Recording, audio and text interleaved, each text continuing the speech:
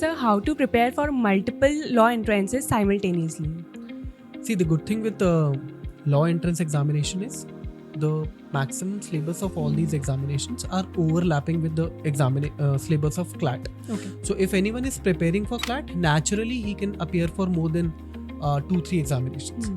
For example, if I tell you कि CLAT के साथ ALET का syllabus overlap होता है, CLAT के साथ MHCT का syllabus overlap होता है, then if someone has prepared for CLAT can also write Army Institute of Law का paper. You can also go for state law entrance examinations. Now how to do that? Firstly, look for the common topics जो CLAT और other law entrance examinations में common है. Like logical reasoning में critical reasoning का part हो गया, analytical reasoning हो गया, quant हो गया. English में RC is very common. I've seen in all the examinations. So आप पहले common topics को prepare कर लें ताकि आपकी ये सारी examinations की तैयारी एक साथ हो जाए. And मल्टीपल एग्जामिनेशंस के लिए क्यों तैयारी करना इंपॉर्टेंट है, ये चीज़ समझना भी बहुत ज़रूरी हो जाता है. Because see we can not always put all the eggs in a single basket. तो आपको वो जो multiple saving options as an Indians हमें सिखाया जाता है. So we need to have that plan B. इसलिए वी ऑल्सो सजेस्ट कि आप क्लैट के साथ ये सारे एग्जाम्स भी लिख सकते हैं.